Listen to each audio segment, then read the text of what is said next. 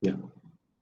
So why we have to study the characteristics is these characteristics are the curves that we obtain by establishing certain relationship between performance quantities, okay, or the operating quantities.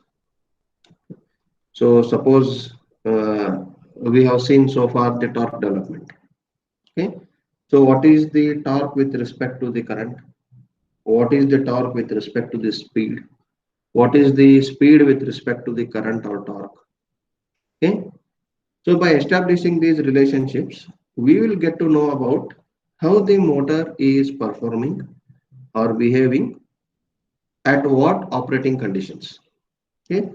How it behaves at starting, how it behaves in the mid-range of the operation of the motor, how it behaves at full load, how it behaves at overload, how it behaves at saturation.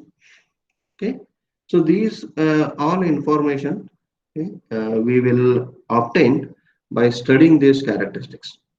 So whenever, as a customer, if I want to buy a motor, not as a layman, okay, I'm not talking about a common man who is far away from this all technological issues. Suppose you are an industrialist, you want to establish or sorry, you want to install a motor for a certain process. Okay, so what all things you will look into? You can't directly move in, or you will not directly move into a store and say I want a motor. Okay, so first you will be analyzing your requirement, what for you are using motor. Okay, then you will try to choose what type of motor is best suited for your application. Then for that type of chosen motor, you will go and observe how its performance is for your application. So from where you will get this information? You will get it from the characteristic curves. Okay. So you can't test a motor before it's manufactured. Okay. So once I know the general characteristic curves, okay, then it will be easy for me to select a particular type of motor for a particular type of application.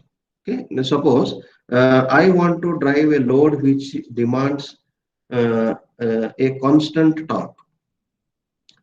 So I can choose one type of motor. I want to drive a load which demands very large starting torque. Then I can go for another type of motor. I want to operate, I want to use a motor which gives almost a constant speed, which gives a variable speed. Okay, so these are the inputs that I need to analyze as a customer who want to buy the motor. Okay, or to install the motor as an engineer. So from all this information, I will get it from characteristic curves. So for any machine, not only for motors, for any machine, the operating characteristic curves play a very important role, very important role, uh, because they will directly yield you the performance of those machines. Okay, even not directly taking the machine and operating it and checking the performance. Okay, at least it will give you the region of operation. Okay, how it operates, where the machines operate, in what region it is operating, and what is the output expected. Okay, if characteristic curves are absent, then I have to test every machine after its manufacturing for my requirement. Okay, so uh, there are certain important characteristics which we will study of all the three type of motors. Okay, so here what the characteristics of DC motor are giving us is, okay, so these are the relationship curves or the curves. Okay, so these are the curves uh, that gives relationship between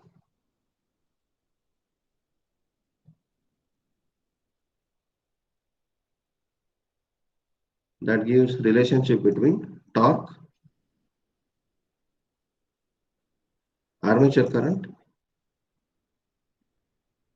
and speed. Torque, armature current, and speed.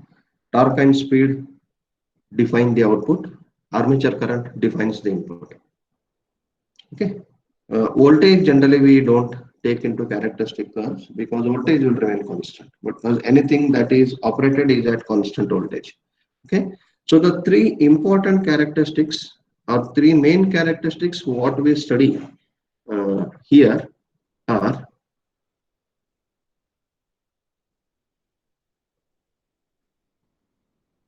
three characteristics of DC motor.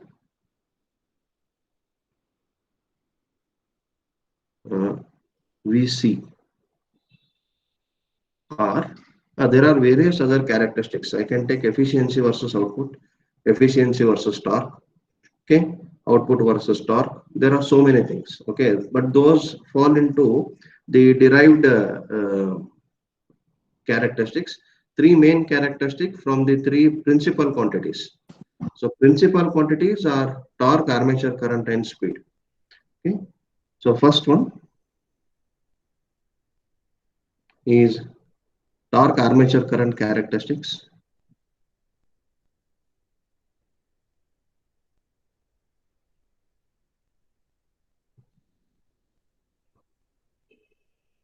Torque armature current characteristics TA/IA. Okay. So this gives a relationship between torque developed in the armature and the current drawn by the armature. It is the relationship between torque developed by the armature and current drawn by the armature. Okay. I can say it as output versus input. Input is the current. Okay. Please don't make a mistake that this is TA by IA. No, it is torque armature current characteristics. Okay. This is known as electrical characteristic.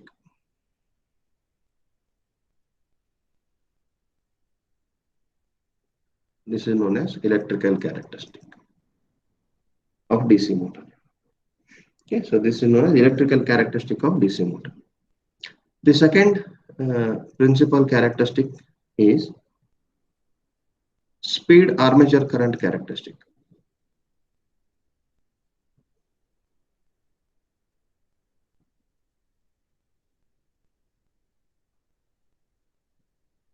Speed armature current characteristic N over P. Okay, speed armature current characteristic. Okay. So this gives the relationship between armature current and the speed. Okay. This gives the relationship between armature current and the speed. Okay, so this characteristic forms a important of a greater importance because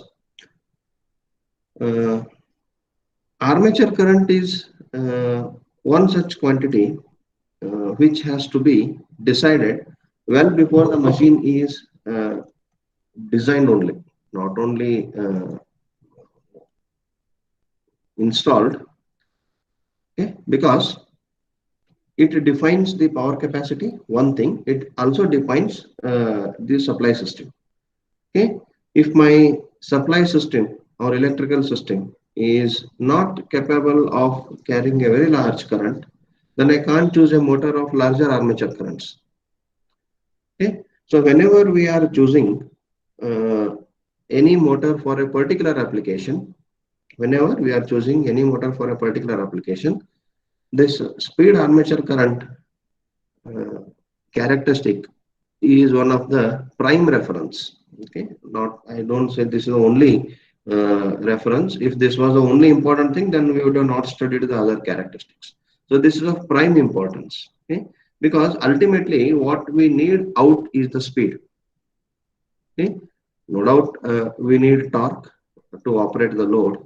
Okay, but speed is the result of torque. Many a times we misconceptualize that torque is the output of speed or the result of speed. It is not the case. speed exists because there is torque. Okay. The very simple way what we can understand is in a linear displacement. In a linear displacement, suppose I want to move a object from point A to point B. Okay, the object is of certain weight. What I do, I apply certain force. Now, after I apply the force, there is a displacement. Is it? There is a speed, okay, meters per second covered from point A to point B. Now, is there force because of speed or displacement, or is there displacement because of force? If I don't apply the force, do I get the speed of motion of object or displacement of object?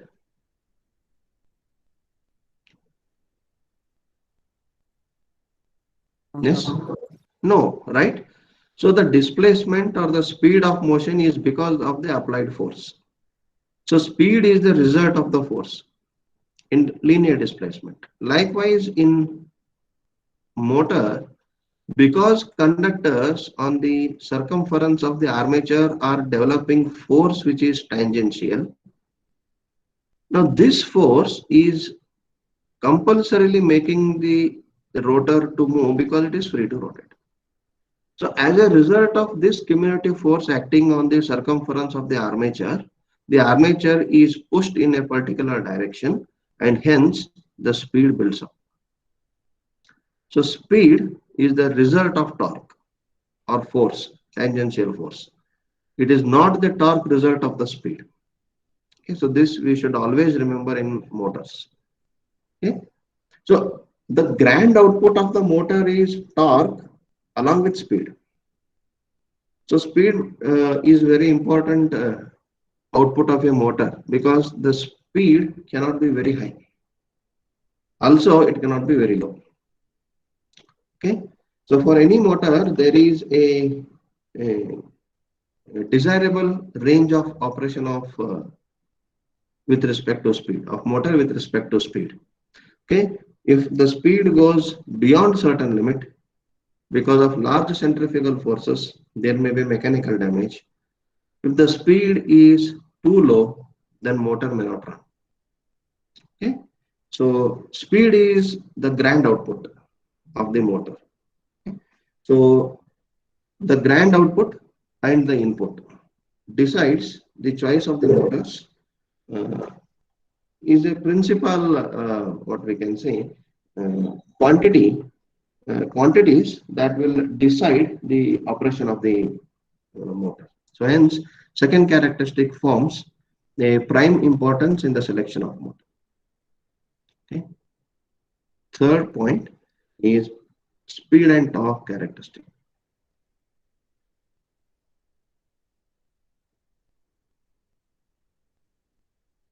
Speed and torque or speed torque characteristics.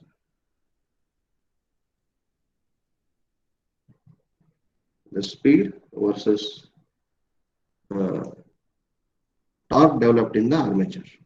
Okay. And because speed and torque both are mechanical quantities, this characteristic is also known as mechanical characteristic.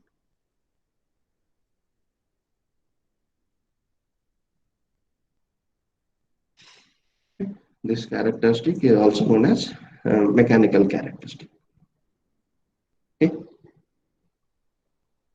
So these are the three main characteristics of DC motor that we study for shunt motor, series motor, as well as compound motor. For all three motors, we do it. Okay, we study. So we look into the characteristics of DC shunt motor. We'll go to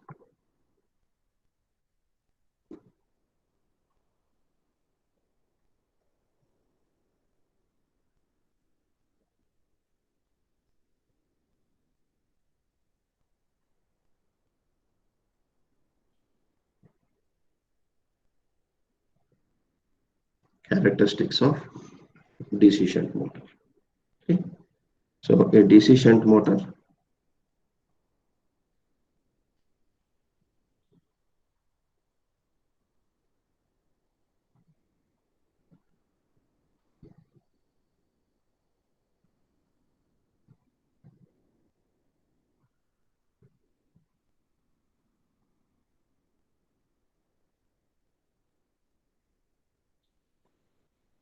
So let V be the applied voltage.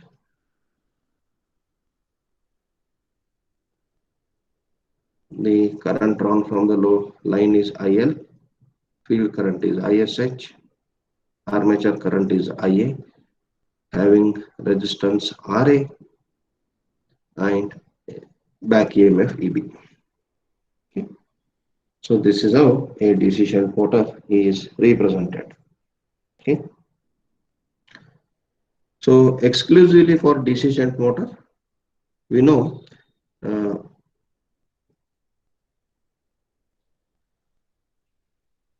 flux phi is proportional to ISH.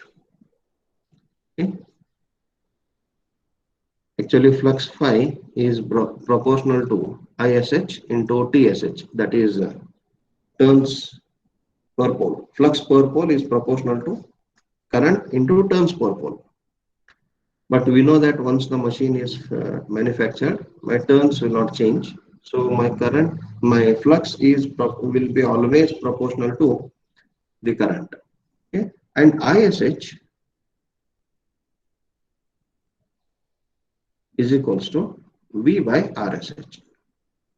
So this shunt field coil is having a resistance of RSH, which will also be constant once it is wound. And always the applied voltage is constant. Okay, as V and RSH are constants. Okay, ISH is constant irrespective of the load condition of the motor. Whatever may be the load condition of the motor, my shunt field current will remain constant. Okay, therefore phi remains constant. Therefore phi remains constant. So that is the reason why we call DC shunt motor as the constant flux motor. Okay, you know that shunt motor is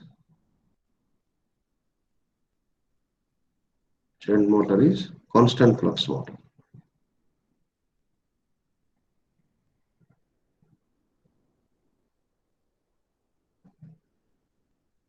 Okay. So basic equations are very much important to remember. Okay, you should not forget the fundamental equations, because the entire concept is based on fundamental equations. Okay. Now, the first characteristics what we see here is, okay, the first characteristic is torque armature current characteristics.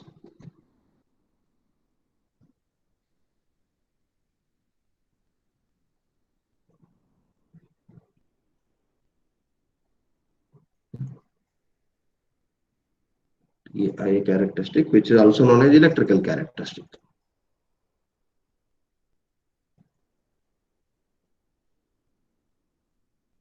It's also known as electrical characteristic.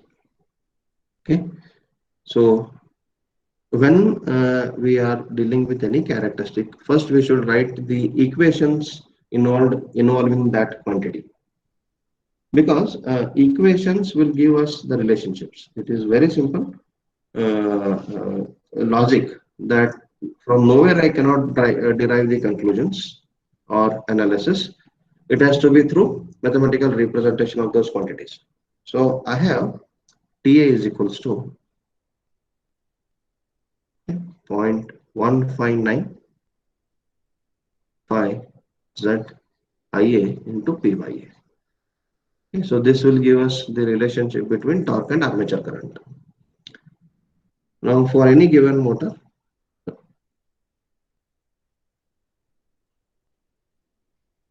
for any given motor, my Z, P and A are constants.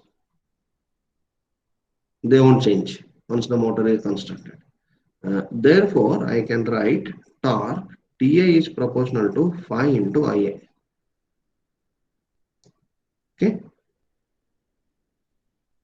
So this is the fundamental relationship of electromagnetic torque. It is true in every machine. Wherever I want to develop a electromechanical force, whenever I want to develop a electromechanical force or electromagnetic force, that force or torque is always proportional to the product of flux and current. Here it is armature current, in other motor it may be line current. Even in a small solenoid coil, whatever the moment I observe, that is proportional to the flux and current. Even in the analog instruments, voltmeter, ammeter, okay, wattmeter, or whether it is an electrodynamometer type instrument, or whether it is a moving coil or moving iron instrument. Okay, in all these devices or instruments, if a electromechanical torque is developed, it is always proportional to flux and current. Okay, it is always proportional to flux and current. So here also torque is proportional to flux and current, flux into current. But for here, for shunt motor, flux is constant. We have seen that.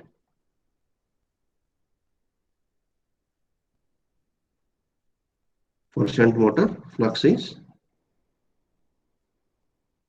constant. Okay. Therefore, TA is proportional to IA. Therefore, TA is proportional to IA. Okay. So what does it mean? The torque developed in the armature is linearly varying with respect to armature current.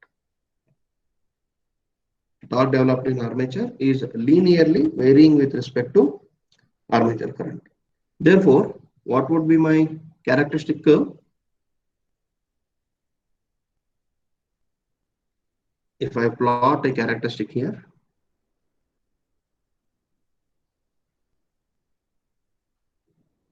TA with respect to S, what is the characteristic curve we may get here? Anybody?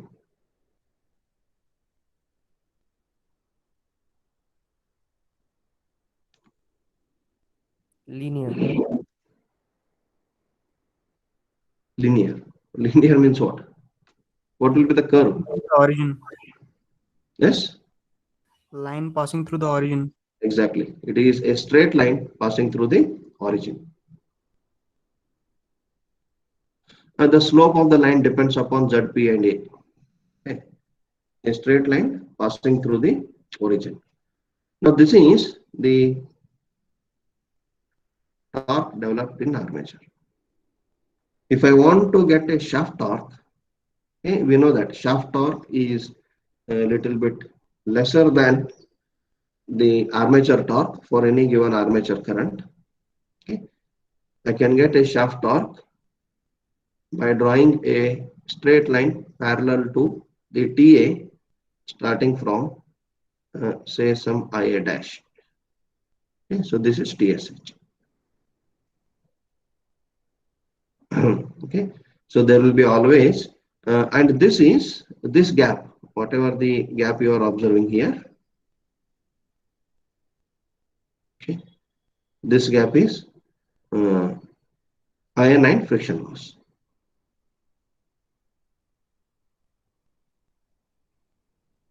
Armature iron friction loss. Now, whether for a motor the iron and friction loss are low or high, how I can get? From these characteristics. If the gap between the armature torque TA line and shaft torque TSH line is narrow, then it indicates the performance of the motor is better because the armature losses are minimum. If the gap between TA and TSH is large, then it appears that the performance of motor is not so good because losses in armature are a little bit more.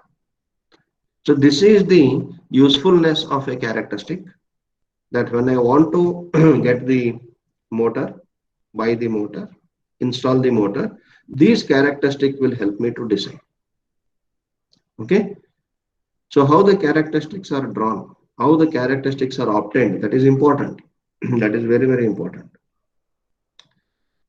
It is not that every machine is tested. How the design happens is, design is a very iterative process. It is very iterative process, design. Okay? It is not that a customer will come and tell me what are his requirements and I start designing and I throw it into the manufacturing store and they will manufacture it. No, it is not like that. A customer who wants a particular type of machine will come and give his requirements in the form of specifications, that what should be the operating voltage, operating conditions, what should be the type of motor he wants to, all these things, that information is given to a designer. So designer will not directly design the motor by taking the specifications from the customer. He will go to manufacturer. He will ask what are the materials available to manufacture a machine, because design and manufacturing should go hand in hand. A designer can design a motor with a gold conductors, but a manufacturer cannot get gold as a conductor into the motor and manufacture it at a competitive cost in the market. Okay, a customer can come and say that he want a induction motor of efficiency, say 95%. A designer can design an induction motor of efficiency 95%, no doubt. He can design, because design is a process on paper. I can do whatever I want in design. But if those design conditions and design outputs are not met in manufacturing, then the design is of no use. Then we know that there are no materials in electrical science where they will yield 95% efficiency of any motor, not only induction motor, any motor. Okay. So there the design also fails, requirement fails, manufacturing fails. So how it is all done is, once a design is given, okay, a designer will sit with manufacturer. He will first assess what are the available materials in the market, what are their performance indicators, performance parameters, their performance curves, okay, specific losses. Okay, their modulation and demodulation with respect to temperature, all these things they will study. Then they will fix a particular type of material to be used for a particular part of the motor or any machine. Now, once the motor design is ready, they assess all these characteristics before manufacturing. Okay, by taking all equations, they will assess it, they will get the characteristics. Then the machine is manufactured. After machine is manufactured, then it is tested, okay, to verify that whatever the characteristic they have been derived from the design, whether those characteristics are met or not. If they are meeting, fine. If the characteristics are not meeting the what we can designed characteristics, then they will check for the deviation.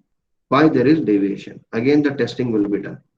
Okay. Once all these iterations are finished, when they get to know, okay, this is the final characteristic of a particular type of motor, nothing can be changed in this hereafter with this amount of material used for this particular output of the motor, then they will fix the standard characteristics of the motor. Okay, and they will publish this standard characteristic of the motor in the form of document. Okay, and this document will tell the entire performance of the motor, that we call it as a data sheet. Okay, generally we call it as data sheet. So in that data sheet, everything will be mentioned about the performance of a particular device. It is not only limited to motor, it is limited to every device. Even we get a data sheet of a small diode. A small diode. The diode costs not more than 2 rupees. But for that also there is a data sheet from the manufacturer or from a fabricator. Now, once these characteristics are standardized, okay, for a particular dimension of machine, those dimensions are taken as standard and machines are manufactured. Okay, along with those machines, these characteristics are provided to a customer, and they say, so this is a motor, these are the characteristics, you can verify.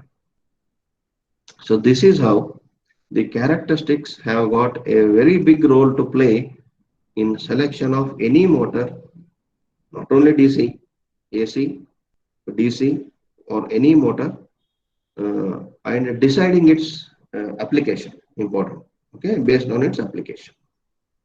Okay, so this is all about characteristics. So this is my torque armature current characteristics, which gives a linear relationship for a DC shunt motor. Okay, and one observation what I should do here is, when the load is zero, my torque is zero. When the load is zero, my torque is zero. Okay. Now, when the current starts building up, okay, when the current starts building up, the torque starts building up linearly with respect to current. It won't build up suddenly. Okay. So when the motor is not yet started, suppose I haven't switched on the motor itself. Okay. Suppose I haven't switched on the motor.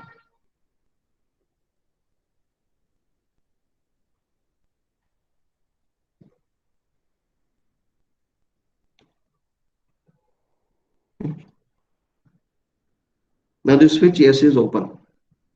What is the armature current? Zero. Okay, motor is not operating yet. The moment I close the switch, motor start. How it will start? The torque is not developed. Suppose I have connected a certain load to it. The load is already there on the motor. The load is already there on the motor. Now the moment I close the switch, supply switch, motor will start, but a load is demanding certain amount of torque. But when the motor is just started, that torque is not fully supplied by the motor, because the torque is building up linearly with respect to current. Initially, the torque is zero. Initially, the torque requirement may be high. Therefore, but initially the torque is zero because armature current is zero at the moment when I close the switch. So what I can conclude here for DC shunt motor is, the starting torque or initial torque is very poor. Okay, from the curve it is evident. You can say from curve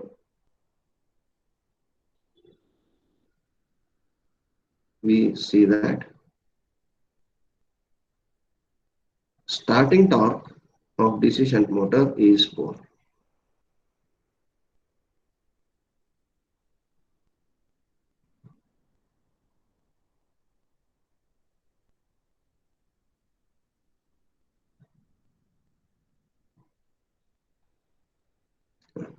Okay, because starting torque is poor, I can't operate DC shunt motor with heavy loads put on the motor. Okay, therefore we cannot start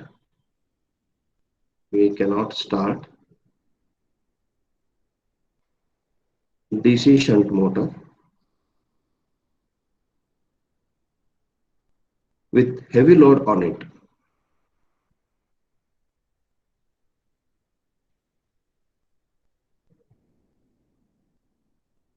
with heavy load on it. Okay. The best example what I can give you between heavy load and light load is a motor operated door and a motor operated elevator. Okay, a motor operated elevator is a very heavy load. So there I can't use this kind of motor because it suddenly demands large torque from rest to motion. Okay, the weight is more. Okay, if you take a lift also, the weight of a cabin, the weight of few persons, everything is more. Okay, I can't operate DC shunt motor with that load turned on directly at the time of starting. It won't uh, give that much amount of torque at all. Okay, a simple light load application like I can use a DC shunt motor in controlling doors, automatic gates. Okay, example. These are examples. Okay, there are many such applications. These are examples. So, from the study of DC shunt motor torque armature current characteristics, we get to know that torque is directly proportional to armature current. It establishes a linear relationship and the curve is a straight line. And because there is a linear relationship between torque and armature current, the starting torque of DC shunt motor is poor and cannot be operated with heavy load put on it. Okay, so this is the characteristic of a DC shunt motor, first characteristic. Any doubts or clarifications?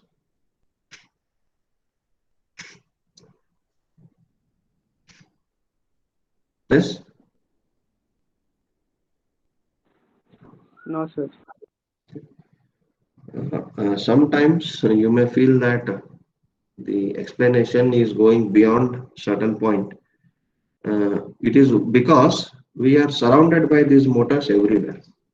So what my intention of telling all this extra information about the motors is, when you look at those motors, whichever are operating, whether in your house or whether in any automated application, you should get these things in mind. Yes, this we have studied, and whether the things what we have studied is practically observed or not. Though you may not stand there to take a book, write the current and all those things, but at least with certain observations, you can justify what you have studied theoretically is correct practically. Okay, that is the intention. If I have to simply state what is the relationship between torque and armature current, I can finish this explanation in 2 minutes because it is directly given T proportional to I. Okay, for any motor, torque is proportional to current. It is always a straight line. With this, we will finish the explanation, and in half an hour, we can finish the characteristics of DC and shunt and series both. Okay, but that is not the way how we should study. At least the contents of the syllabus, which are very, very, very related to our practical life. Okay, as an electrical engineer. Okay, so for that, some extra points will be always shared. What I have observed with my experience and I have analyzed, which may be beneficiary to you in understanding, rather they may not be directly useful for you in exam. Okay, so that is my intention. Okay, second point, the second characteristic is speed armature current characteristic.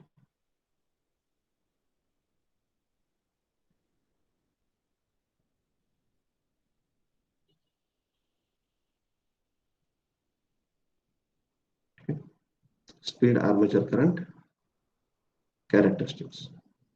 And there will be certain subjects in engineering, in every branch, not only in electrical I'm talking, which should not be studied only for the sake of exam. You should study for the sake of experience. Okay? And machines are one such subject. Machines, transmission distribution, that is also one such subject, which you can see whatever you study every day surrounding you. Okay, insulators you see, conductors you see, overhead transmission lines you see, transformers you see, distribution stations you see. So what we see in everyday life, in surrounding, You should not study such subjects only for the sake of examinations. Though you want to work in those fields in future, you want to make career or you don't want to make career, but at the time of studying, you should study it as an experience. You should not study it as the a course to be satisfied your credits in the exam. There will be such subjects which you can do that, okay, which are only for the sake of credits and scoring well. But there will be some subjects which you have to study for the sake of experience. Okay, certain subjects you will get which will be very much interesting, but you practically cannot see it. But these are the some subjects like machines and transmission distribution and not to that extent generation, because generation is only at certain geographical areas. Okay.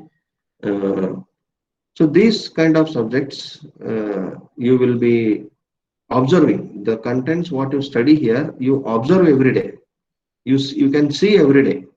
Okay, therefore you study these subjects for the sake of experience, don't study for the sake of only exam.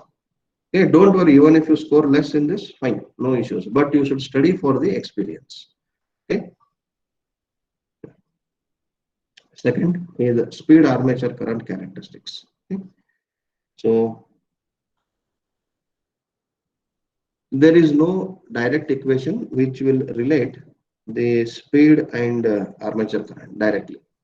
Okay, because speed is a mechanical quantity, armature current is an electrical quantity. But we can establish the relation using back EMF. Okay, so back EMF is given by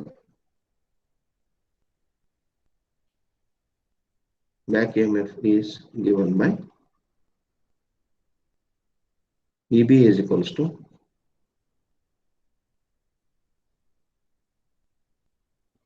5 by 60 into P by A. Okay, and speed is given by, from this equation only, or speed is equals to, I can write EB 60A divided by 5ZP. Okay, for any motor,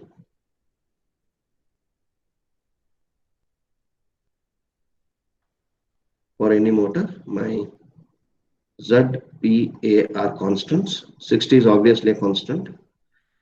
Every time I write this equation and write this, why I do this? Because it should get fixed in your mind. These equations which are constants, which are variables.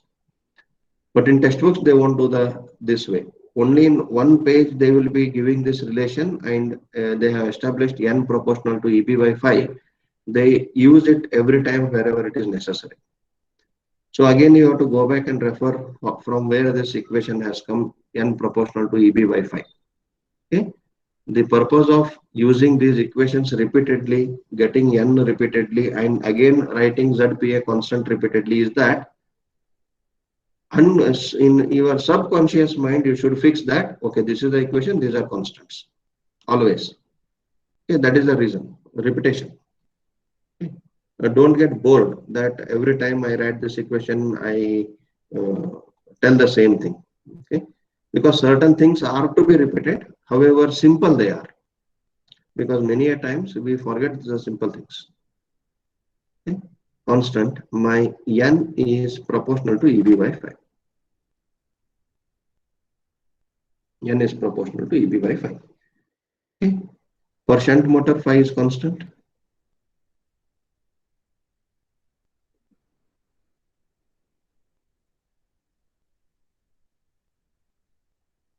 For shunt motor, phi is constant. So therefore, N is proportional to EB. N is proportional to EB. Okay, and EB is equals to, from the voltage equation, I can write V minus IRA. EB is equals to V minus IRA from the voltage equation of DC motor. Okay, but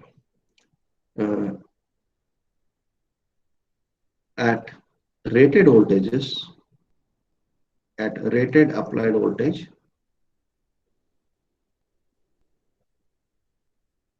V, my IRA is much lesser than V.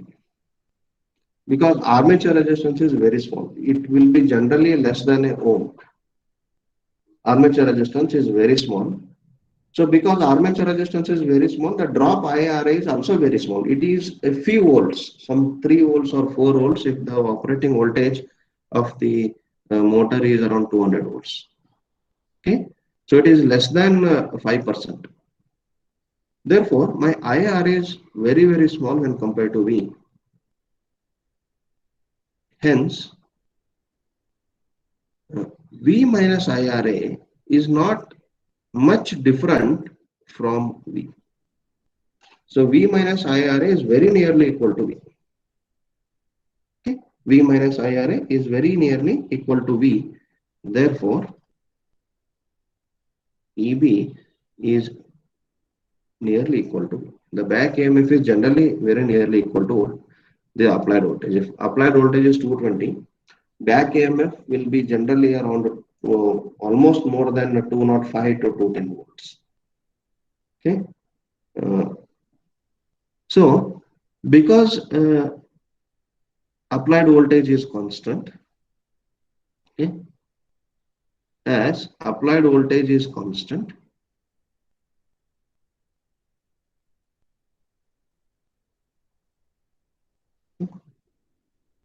EB is almost constant.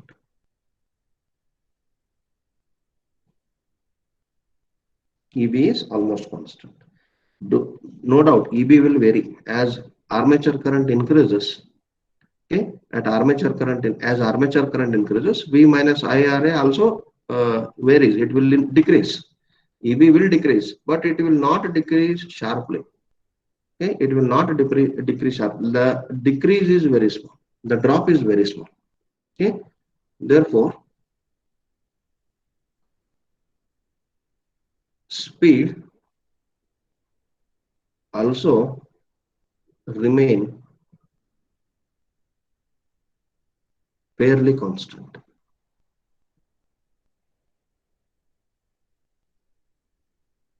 Therefore, speed also remains fairly constant because now speed is proportional to only EB. As EB is almost remaining constant, speed is also almost remaining. I don't say it is constant like synchronous motor. Okay, but it is almost remaining constant with a very small decrease in the speed value. Okay, if I draw the characteristic,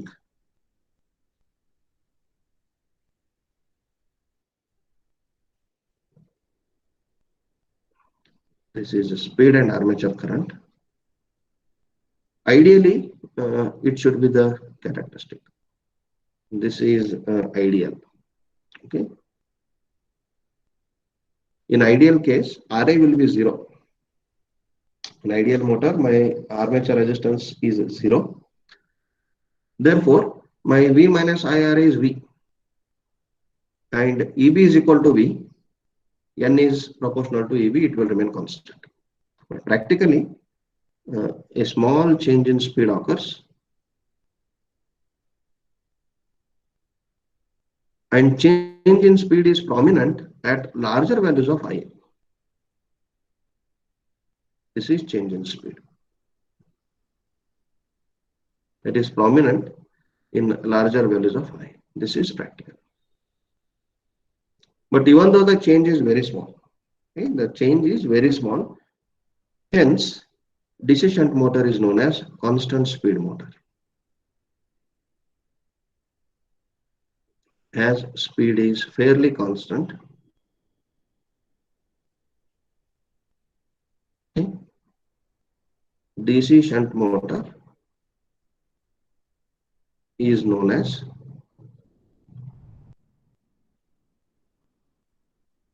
constant speed DC motor.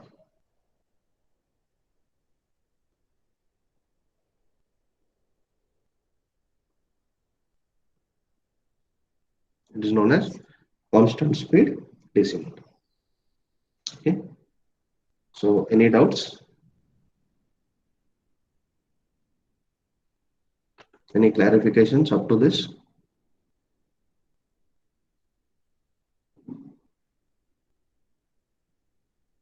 If no, then we will end today's class here. The next characteristics we shall look into in next class.